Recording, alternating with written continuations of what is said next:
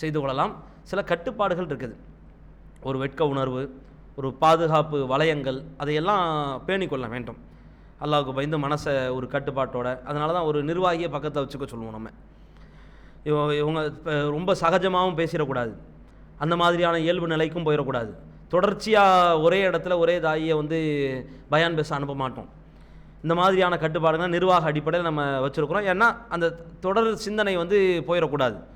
தொடர்ச்சியாக ஒரு கூட்டத்தை பார்க்கும்பொழுது அதில் கூட்டத்தில் சில பேரை பார்க்க வேண்டிய நிலை வந்துடும். கலர் கலராக ட்ரெஸ்ஸு போடணும், இந்த தடவை இப்படி போகணும் அப்படி போகணுன்ற மாதிரி அந்த சிந்தனைலாம் வந்துடும். இதெல்லாம் பார்த்து பார்த்து ஒரு நிர்வாகத்தை நம்ம நடத்திக்கிட்டு இருக்கிறோம். ஏன்னா மார்க்க பணிகளும் தோய்வு அடைஞ்சிடக்கூடாது. அதே வேளையில் ஒரேடியாக ஒரு ஆண் எடுத்து சொல்கிற அளவுக்கு பின்னால் எடுத்து சொல்ல முடியல. இன்றைக்கி பேசுகிற அளவுக்கு பின்னால் பரந்த ஒரு கண்ணோட்டத்தோட அவங்க வெளியில் 1000 இடங்களுக்கு போயிட்டு வந்துட்டு இருந்தால் அனுபவ பேச்சும் இருக்கும். ஒரு பெண் பேச்சாளர் பேசுகிறதுக்கும் ஆண் பேச்சாளர் பேசுகிறதுக்கும் பல வித்தியாசம் இருக்குது. ரசூலா பெண் பேச்சாளர்களை உருவாக்கினாங்கன்னா பெண் பேச்சாளர்களை உருவாக்கினாங்க. ஆனால் பெண்கள் தான் பெண்களுக்கு பேசணும் ரசூலா கட்டுப்பாடு போடலை. சில நேரங்களில் ஆண்கள் பேசினால்தான் பெண்களுக்கு விளங்க வேண்டிய நிலை வரும். ஒரு ஆண் இடத்துல இருந்து தான் ஆண் படக்கூடிய வலிகளையும் வேதனைகளையும் ரசூலா கடத்தினாங்க, அதை புரிய வச்சாங்க. இதுக்கெல்லாம் ஆண் இருக்க வேண்டும். அப்போ ஆண் பேச்சாளர் மார்க்கம் அனுமதித்த காரியம்தான், தடுத்த காரியம் கிடையாது. பெண்கள் பயானுக்கு அது தாராளமாக என்ன செய்யலாம், பயன்படுத்திக் கொள்ளலாம். இதுதான் அந்த சகோதரர் கேட்டதுக்கு பதில்.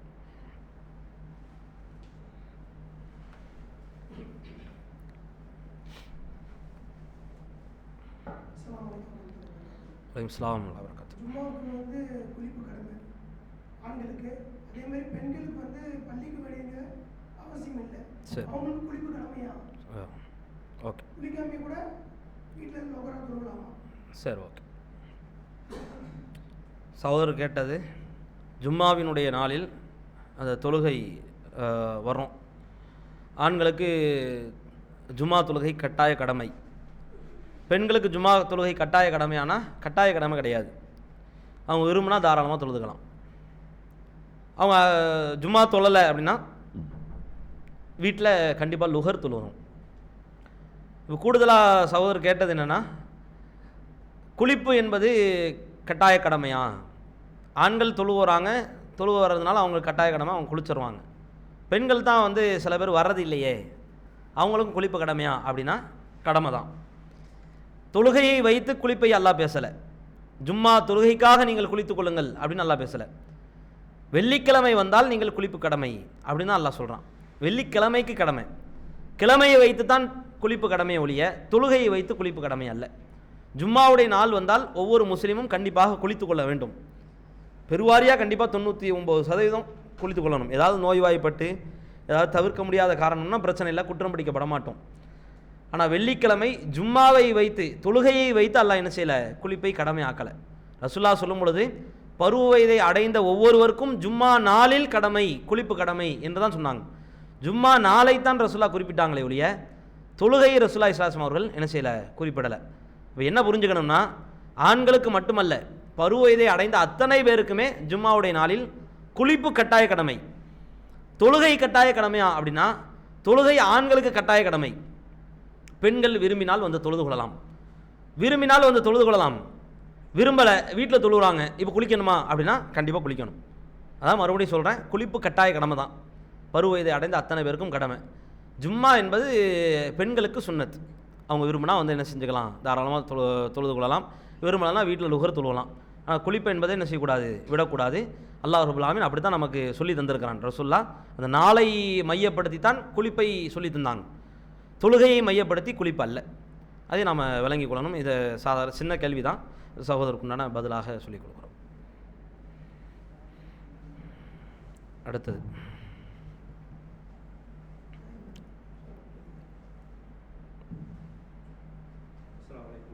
அஸ்ஸலாமு அலைக்கும் வரகாத்துஹு.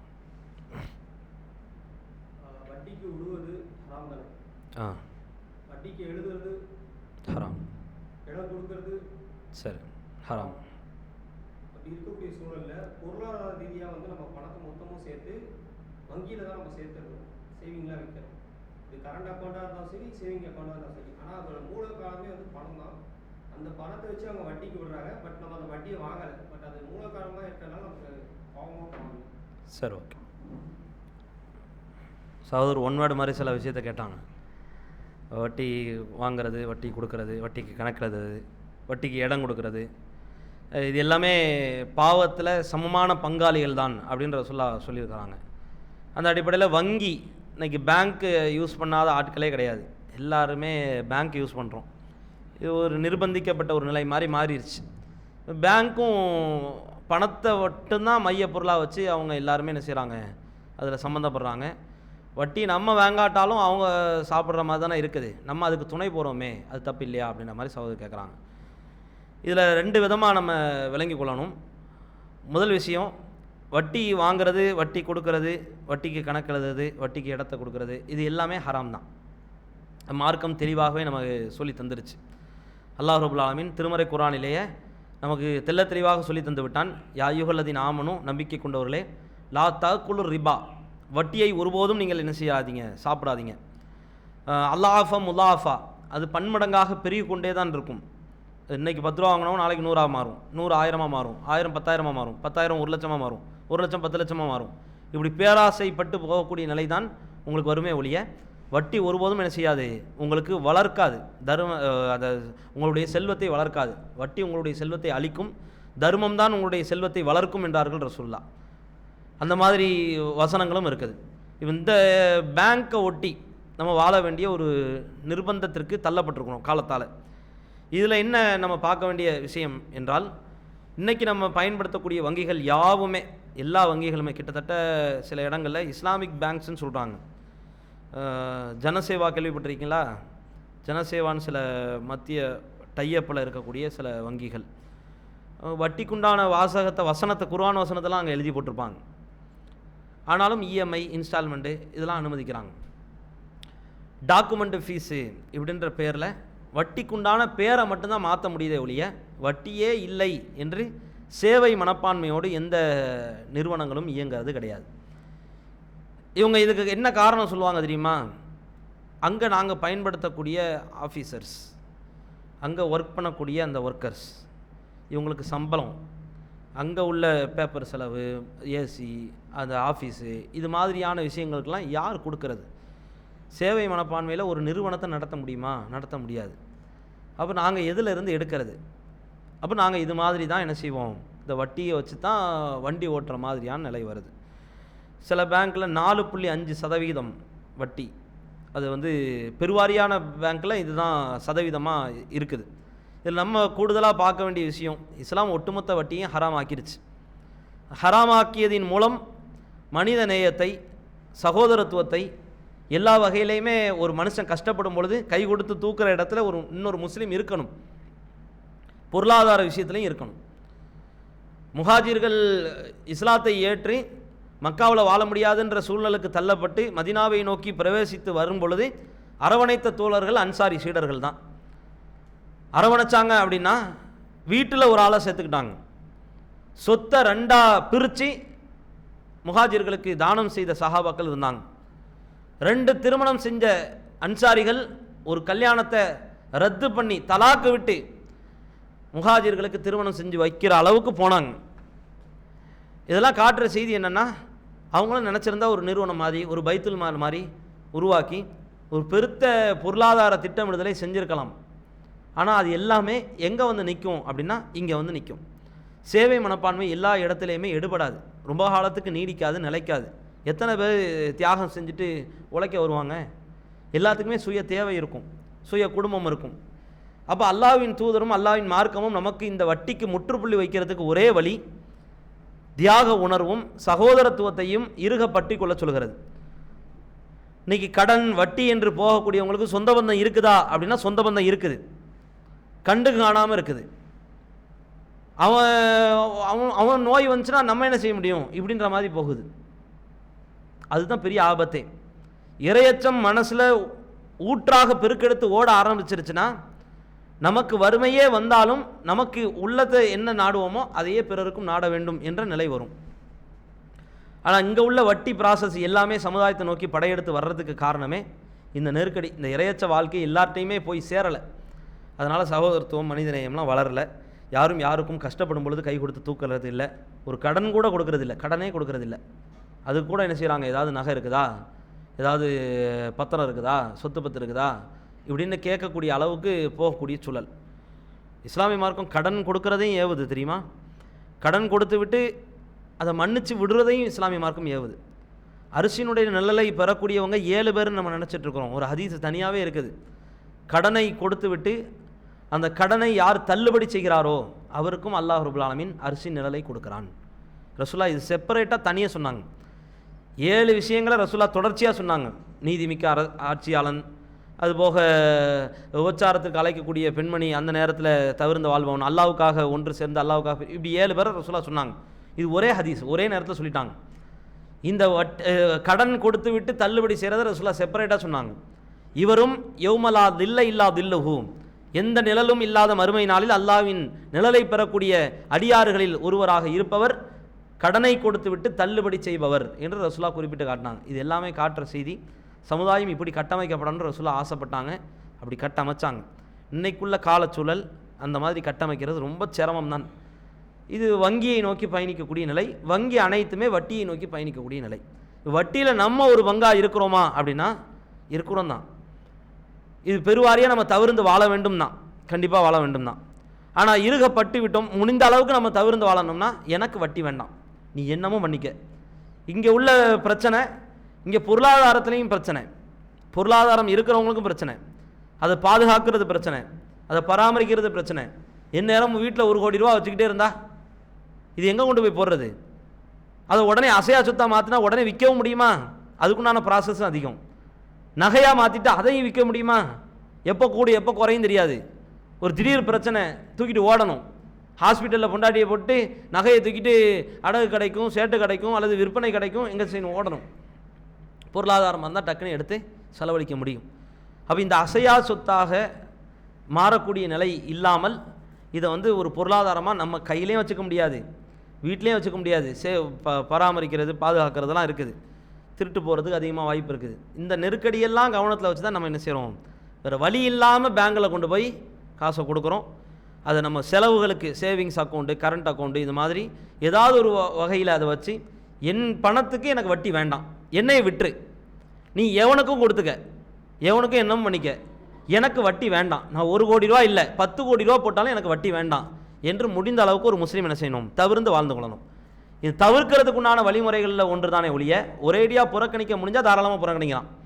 என் வீட்டில் இரும்பு பொட்டி இருக்குது, லாக்கர் இருக்குது, அது இருக்குது, அந்த பாதுகாப்பு இருக்குது, சிசிடிவி கேமரா இருக்குது, செக்யூரிட்டி இருக்குது, போலீஸ் ஸ்டேஷன் இருக்குது, அந்த பராமரிப்பு, ஓகே, பிரச்சனை இல்லை. 10 கோடி ரூபா இல்லை 100 கோடி ரூபா கூட வீட்டில் வச்சு சேவ் பண்ணுற அளவுக்கு நம்மளால் அதை பாதுகாக்க முடியும்னா ஓகே, பிரச்சனை இல்லை. ஆனால் இதெல்லாம் நடைமுறைக்கு சாத்தியமா என்றால் ரொம்ப சிரமத்துக்கு நடுவில், நெருக்கடிக்கு நடுவில் தான் இந்த வங்கியில் போட்டு நம்ம அதை செலவழிக்கக்கூடிய நிலையெல்லாம் வருது. இது அல்லாஹ் ரப்புல் ஆலமீன் செய்ய மாட்டான். நிர்பந்தனையின் அடிப்படையில் நம்ம குற்றம் பிடிக்கப்பட மாட்டோம். நம்ம பொருளாதாரத்தை வச்சு அவங்க என்ன செய்யலை, இயங்கலை. நம்ம காசை தூக்கி கொடுத்து அவங்க வட்டி வாங்கி சாப்பிட்றாங்களா அப்படின்னா நமக்கு தெரியாது. இது பெரிய ப்ராசஸ், பெரிய ஒரு உள்ள ப்ரொசீஜர் இருக்கக்கூடிய நிலை. அந்த அடிப்படையில் வேறு வழி இல்லாமல் செய்கிறோமே ஒழிய விரும்பி யாரும் செய்யலை. விரும்பி பேங்கில் போட்டால் எனக்கு காசு நிறைய வரும் அப்படின்னா அது வட்டி, எனக்கு வட்டி அது உழுதுப்பா, நான் உட்காந்து கணக்காக பண்ண முடியும். கணக்கு பண்ணணும், முடிஞ்ச அளவுக்கு எழுதி கொடுத்துடணும். எழுதி கொடுத்து சில நேரத்தில் இன்ட்ரெஸ்ட் விழுதா அப்படின்னா நான் போட்ட பணம் மட்டும்தான் எனக்கு வேணும். மீதி பணம் போட்டால் நீ 1 கோடி ரூபாய் போட்டாலும் சரி, 1 லட்சத்தை போட்டாலும் சரி, என் பணம் இல்லைல்ல, என் பணம் இல்லைன்னா நான் எடுக்க மாட்டேன். இப்படி ஒவ்வொரு முஸ்லீமும் என்ன செய்யணும்? தன்னுடைய பணத்துக்கு கணக்கு வச்சு அதை செலவழித்து அதை எடுத்து பழகி அதை உபயோகப்படுத்தினா பிரச்சனை இல்லை. அதை தாண்டி சில பேருடைய வங்கி கணக்கிலலாம் வட்டி விழுது, அதை கவனிக்கிறதே கிடையாது. 5 ரூபா 10 ரூபான்னு விழுந்தாலும் அது வட்டி தானே, 20 ரூபா 30 ரூபா விழுந்தாலும் அது வட்டி தான். அப்போ நம்ம காசை நம்ம என்ன செய்யணும்? கதை கச்சிதமாக கண்காணித்து அந்த பொருளாதாரத்தை மட்டும் முடிஞ்ச அளவுக்கு முதல்ல என்ன செஞ்சிடணும்? எனக்கு வட்டி வேண்டாம், இன்ட்ரெஸ்ட் வேண்டாம், அதுக்குண்டான என்ன ப்ரொசீஜரோ, நான் எவ்வளோ நாள் டைம் எடுத்தாலும் ஓட்டாட்டம் போட்டாலும் நான் ஏதாவது பண்ணி எனக்கு வட்டி வேண்டாம் அப்படின்றத அந்த ப்ராசஸை செஞ்சு முடிக்கணும். அது வரைக்கும் முடிஞ்ச அளவுக்கு நம்முடைய பொருளாதாரத்தை நாம் கணக்கிட்டு வச்சுக்கணும். இதுதான் இதிலிருந்து நம்மளால் முடிஞ்ச அளவுக்கு நம்மளை தவிர்த்து வாழ முடியும்.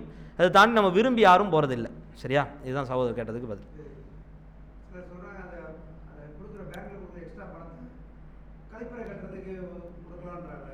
அது செய்யக்கூடாது. அதாவது வந்த காசை நம்ம பொதுவான காரியத்துக்கோ, பள்ளிவாசலுக்கோ, அல்லது இது மாதிரி பாத்ரூம் கட்டி கொடுக்குறது, இது மாதிரி பொது விஷயத்துக்கோ செலவழிக்கலாமா அப்படின்னா நம்ம காசு இல்லையே. நம்ம கணக்கில் விழுந்தாலும் கூட நம்ம பொருளாதாரமாக இருந்தால் தான் அதன் மீது நம்ம கை வைக்கிறதுக்கே நமக்கு அனுமதி. கீழேயே கிடக்குது ஒரு பொருள், ஒரு நகை கிடக்குது, எடுத்து நான் பள்ளிவாசல் கொடுக்க போகிறேன், நகையை கொண்டு போய் கொடுக்க முடியாது. நம்ம பொருளே இல்லையே, அது எடுக்கிறதுக்கே நமக்கு அனுமதி இல்லை. முதல்ல அது எடுக்கிறதுக்கே, அது சொந்தம் கொண்டாடுறதுக்கு, அது செலவழிக்கிறதுக்கு நம்ம அனுமதி இல்லை. முடிந்த அளவுக்கு நம்ம என்ன செய்யணும், அது என் அக்கௌண்ட்டில் கிடந்தாலும் என் பணம் இல்லை, என் வீட்டு வாசலில் கிடந்தாலும் என் நகை இல்லை, யாரும் எடுத்துகிட்டு போகிறாங்க, எனக்கு என்ன செய்யும், நான் கேட்டேனா, நான் போட சொன்னேனா அப்படின்னு சொல்லி நம்ம என்ன செஞ்சுக்கலாம், தப்பிச்சுக்கலாம். அதை எடுத்து நம்ம செலவழிக்க முடியாது. அது பொருளாதார பள்ளிக்கோ அதை மற்ற காரியத்துக்கும் நம்ம செலவழிக்க முடியாது. நமக்கு அனுமதி இல்லையே. நம்ம பொருளாதாரம் தான் நமக்கு அனுமதி, மற்றவங்க பொருளாதாரம் நமக்கு அனுமதி இல்லை. சரி, அடுத்தது. சரி,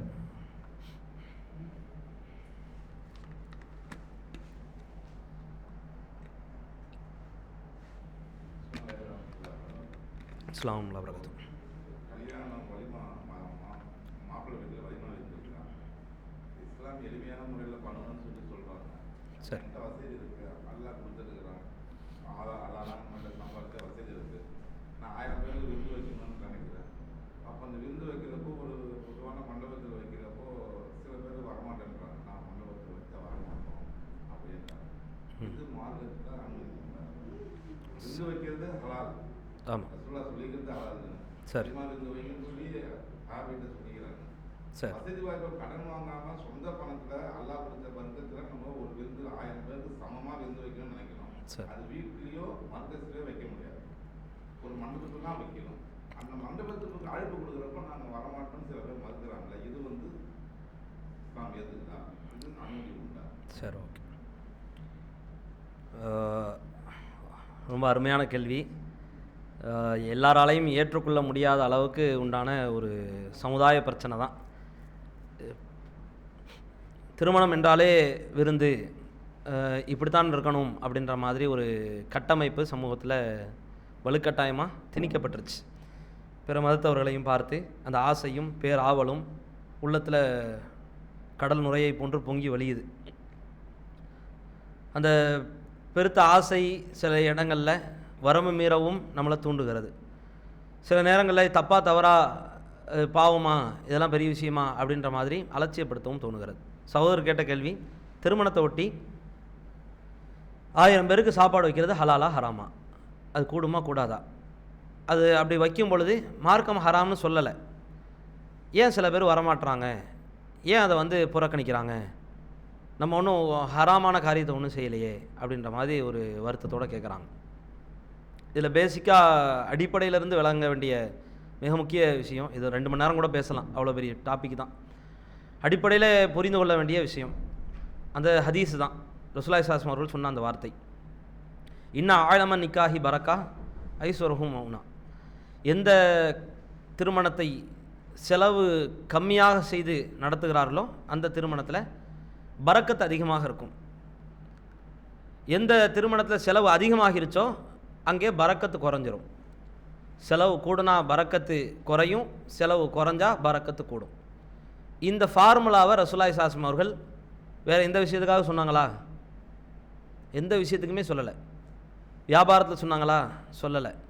வீடு கட்டி நீ சாப்பாடு போடும்போது அது சொன்னாங்களா? சொல்லலை.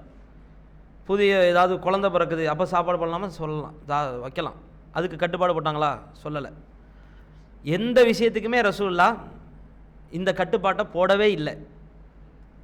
100 விஷயத்தில் 99 விஷயத்துக்கு ரசூலுல்லாஹ் போடாமல் திருமணம் என்ற ஒரு விஷயத்தில் மட்டும்தான் போட்டிருக்காங்க. இதை நம்ம விளங்கவே மாட்டேங்கிறோம். திருமணத்தை ஒட்டி மட்டும்தான் விருந்து போடணுன்ற ஒரு கலாச்சாரம் திணிக்கப்பட்டுருச்சு. இந்த 99 விஷயத்தை நம்ம பார்க்குறது கிடையாது. புதுசாக குழந்தை பிறக்குது, சாப்பாடு வைக்கலாம். 1000 பேர் அல்ல 10,000 பேருக்கு வைக்கலாம். வீடு கட்டுறோம், 1000 பேருக்கு அல்ல 10,000 பேருக்கு வைக்கலாம். ஒரு வியாபாரம் தொடங்குறோம், 1000 பேருக்கு அல்ல 10,000 பேருக்கு சாப்பாடு வைக்கலாம். குழந்தை ஏதாவது படித்து பாஸ் ஆகுறான், ஒரு டிகிரி முடிக்கிறான், சாப்பாடு வைக்கலாம். சந்தர்ப்பமும் சூழலும் நமக்கு நிறைய கிடைக்கிது. எங்கேயுமே நம்ம அந்த சிந்தனை போக மாட்டேங்குது. 99 விஷயத்தில் காட்டாத ஆர்வமும் மொத்தமாக ஒரு இடத்துல செய்தான் நம்மளை திசை திருப்புறான். எங்கே பரக்கத்து குறைக்கணுமோ அங்கே வேலையை காட்டுறான். திருமணத்தை வச்சு சாப்பாடு வைக்கிறது ஹராமா, தீமையா, பாவமா, விருந்து என்ன ஹராமா, இப்படின்ற மாதிரி சிந்தனைகள் வருது.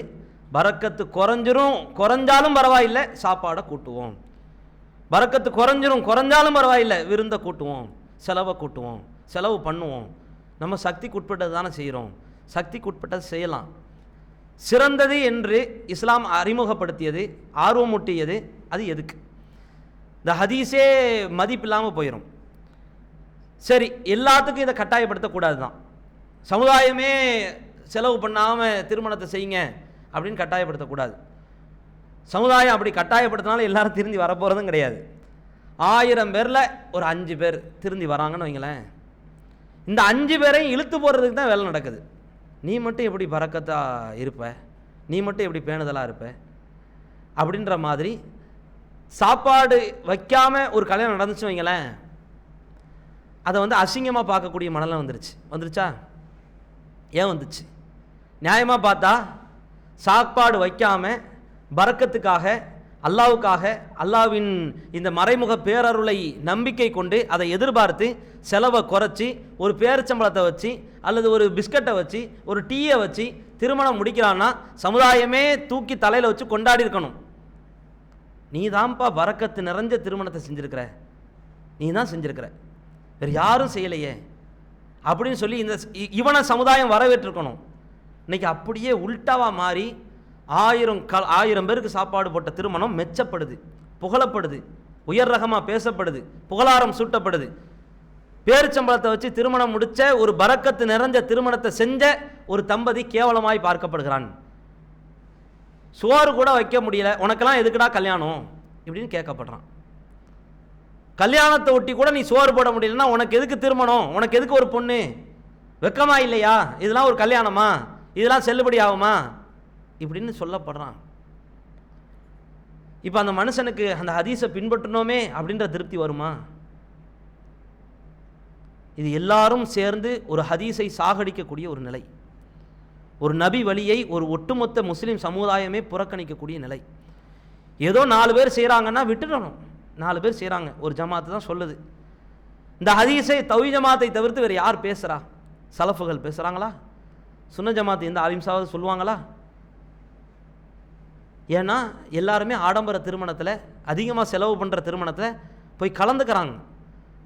நம்ம ஒரு பேணுதலுக்காக இந்த இந்த இந்த செயல்பாட்டை நாம் என்ன செய்கிறோம், கையில் வச்சுருக்கோம். சரி, நம்ம ஒருத்தவங்களாக செஞ்சுட்டு போவோமே, யாருமே செய்யாமல் விடுறாங்க, நம்மளாவது செய்வோமே, நம்ம மட்டும் எங்கேயும் கலந்துக்காமல் இருப்போமே அப்படின்ற மாதிரி ஓரளவுக்கு ஹராம் இல்லை தான், ஹராம் இல்லை, ஆனால் சமுதாயத்தில் பாதிப்பை ஏற்படுத்துது.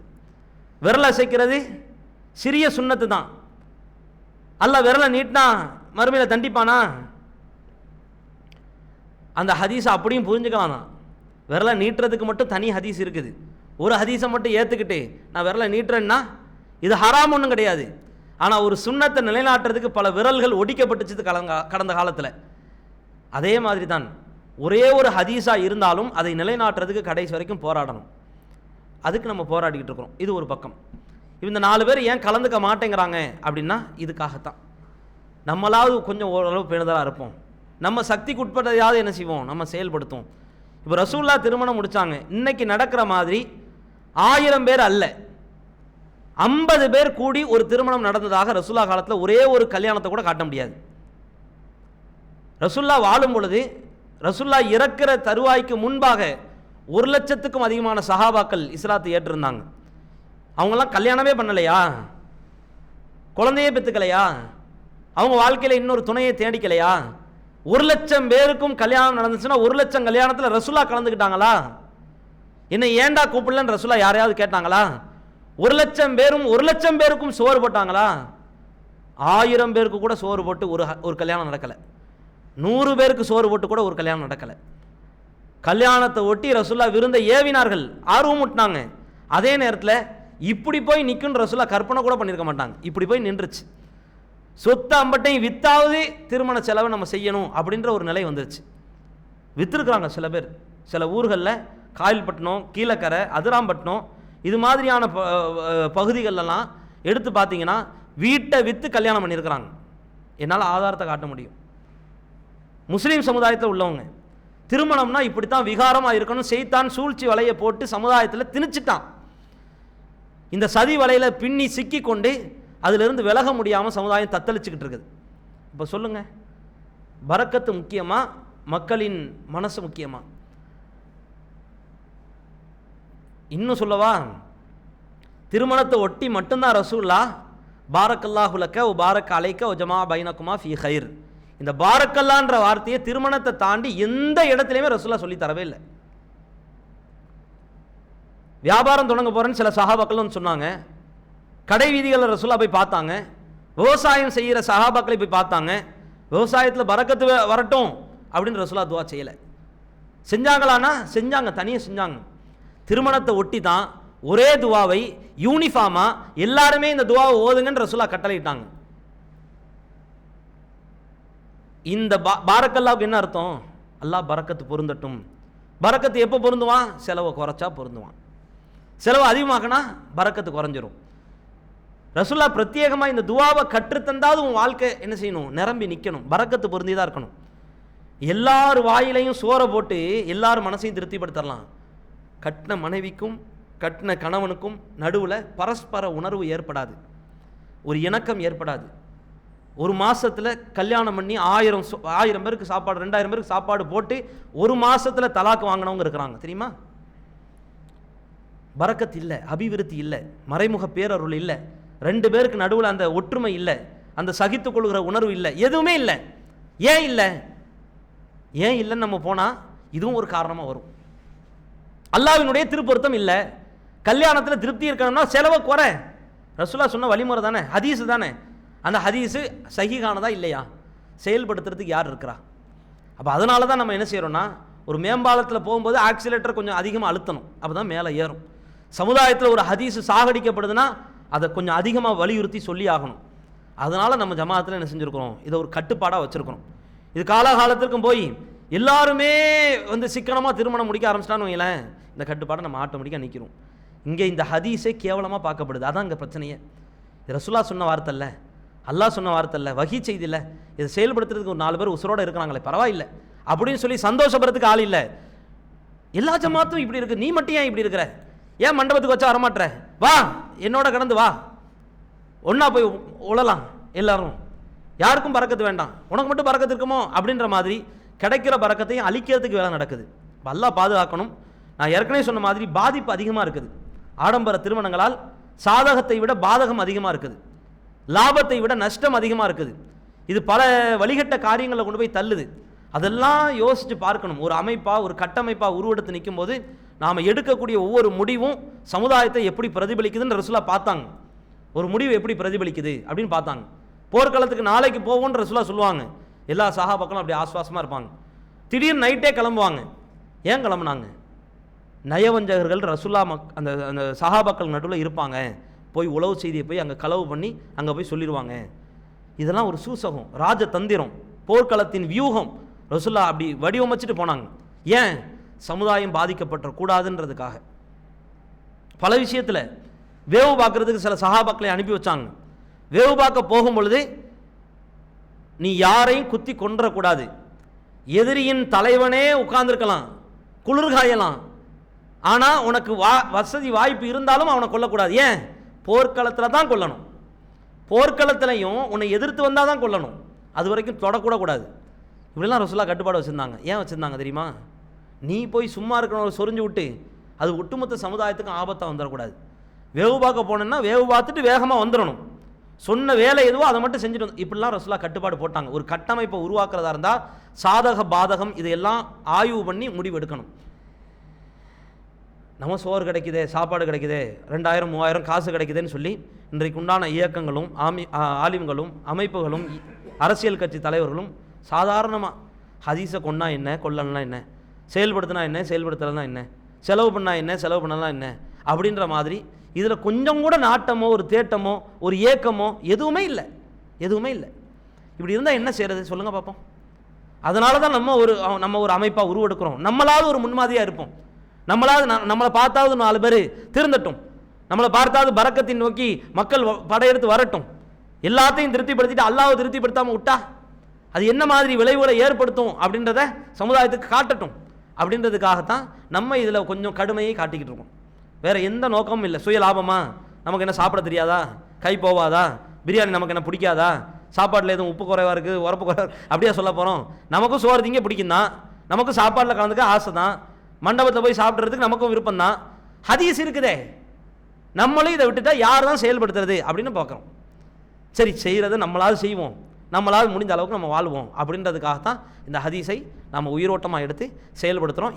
இந்த நோக்கத்தை தாண்டி எந்த சுய விருப்பும் வெறுப்பும் இதற்கு எந்த அளவுகோலும் அல்ல. அல்லாவுக்காக கொஞ்சம் விஷயத்தில் கொஞ்சம் கட்டுப்பாடாக இருக்கணும். இது அல்லாவுக்காக என்ன செய்யணும், நம்ம பேணிக்கொள்ளணும்.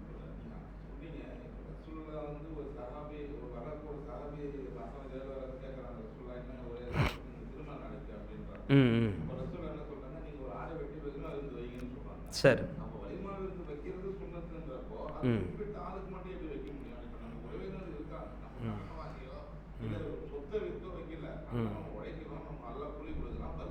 சரி சரி சரி.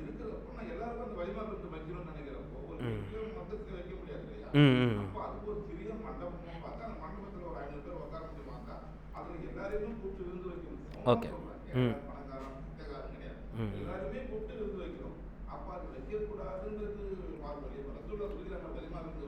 ஆமாம் ஆமாம். சரி. அதாவது அப்துர் ரஹ்மான் பின் அவுஃப் என்ற ஒரு நபித்தோழர் திருமணம் முடித்ததாக வந்து ரசூலாட்ட தகவல் சொல்லும் பொழுது ஒரு ஆட்டையாவது திருமணம் என்ன அறுத்து வலிமா கொடு அப்படின்னு சொல்லி சொன்னாங்க. அப்துர் ரஹ்மான் பின் அவுஃப் யாருன்னா, கிட்டத்தட்ட ரசூலாவுடைய காலத்தில் இருந்த பெருத்த பணக்காரங்களில் இவங்களும் ஒருத்தவங்க. இவங்க பரக்கத்தை நாடி திருமணம் செஞ்ச பிறகு விருந்து கொடுக்காமல் இருந்தாங்க. ரசூலா சொன்னதுனால ஒரு ரெக்வஸ்ட்டாக தான் ரசூலா வச்சாங்க. ரெக்வஸ்ட்டு, கட்டளை அல்ல. பணக்காரனாக இருக்கிறீங்க, மதீனாவிலேயே மிகச்சிறந்த பணக்காரர். எந்த அளவுக்குன்னா, ரசூலா காலத்தில் சில சஹாபாக்கள் இருந்தாங்க. அவங்க வந்து முஸாப் பின் உமைர் என்கின்ற ஒரு நபித்தோழர், அவங்களும் பெரிய செல்வந்தர். தான் போட்டிருக்கிற அத்தர் அவர் ஒரு தெருவில் போனார்னா பக்கத்து தெரு வரைக்கும் ஆசனம் அடிக்குமா. அந்த அளவுக்கு குவாலிஃபைடாக இருக்கக்கூடிய அத்தர்லாம் வச்சுருக்கக்கூடிய சஹாபாக்கள் இருந்திருக்கிறாங்க. அந்த பட்டியலில் இருந்தவர் அப்துர் ரஹ்மான் பின் அவுஃப். உயர்ந்த பணக்காரர், பெருத்த செல்வந்தர். இவர்கிட்ட ரசூல்லா சொல்லும்போது ஒரு ஆடுன்னு சொன்னாங்க. நல்லா புரிஞ்சுக்கணும், ஒரு ஆட்டை ரெக்வஸ்ட்டாக தான் ரசூல்லா சொன்னாங்க. அதை வந்து செயல்படுத்தினாங்க. இப்போ நம்ம சக்திக்குட்பட்டு செய்யலாமானா செய்யலாம், அது தடுக்கலை, அது யாரும் குறை சொல்லலை, குற்றம் காணலை.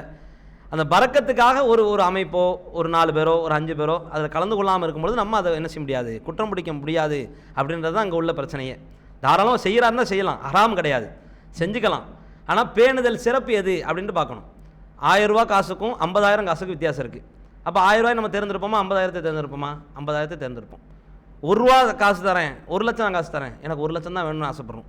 எல்லாத்துலேயுமே பெஸ்ட்டை நம்ம செலக்ட் பண்ணும் பொழுது இதுலேயும் பெஸ்ட்டு செலக்ட் பண்ணலாமே. அதான் நம்ம வைக்கக்கூடிய கோரிக்கை சமுதாயத்தில். கண்ணுக்கு முன்னாடி உள்ள காசு, பணம், சொத்து பத்து, நகை நட்டு 1 பவுனுக்கு நகை வேணுமா, 100 பவுன் நகை வேணுமா, 100 பவுனை செலக்ட் பண்ணிக்கிறோம். உலகத்தில் சிறந்தது எதெல்லாம் இருக்குதோ அதெல்லாம் செலக்ட் பண்ணிக்கிறோம். மறுமை, பரக்கத்து, அல்லாஹ் தருவான் அப்படின்னா அதில் மட்டும் நம்ம என்ன செஞ்சுக்கிறோம், கொஞ்சம் பின் வாங்கிக்கிறோம். ஆனால் இதுலேயும் கொஞ்சம் ஆர்வம் மூட்டிக்க செஞ்சுக்கலாம். ஹராம் அல்ல, தாராளமாக செஞ்சுக்கலாம். சிறந்தது எப்போவுமே சிறந்தது தான், சிறந்தது தானே, பெஸ்ட்டு தான். அதை நம்ம எப்போவுமே செஞ்சுக்கணும், சொல்லிக்கணும். ஏன்னா இந்த பெஸ்ட்டு செய்கிறவன் பெஸ்ட்டாக பார்க்கப்படுறது இல்லை, ஒஸ்ட்டாக பார்க்கப்படுறான், கேவலமாக பார்க்கப்படுறான், கிழிக்கப்படுறான், திட்டப்படுறான். ஏன்னா நானே என் கல்யாணத்திலேயே அசிங்கமாக பேசப்பட்டேன். அதனால் சொல்கிறேன், சொந்த பாதிப்பு உள்பட சமுதாயத்திலையும் பல பேர் பாதிக்கப்படுறாங்க. இதனால் ஒரு ஹதீஸை செயல்படுத்துகிறானே அப்படின்னு சொல்லி சமுதாயம் போகல மாட்டேங்குது, இகழுது, கேவலமாக பார்க்குது.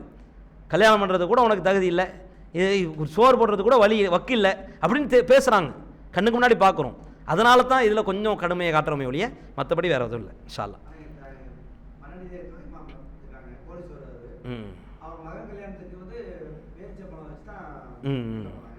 அல்ஹம்துலில்லாஹ். ஆமாம்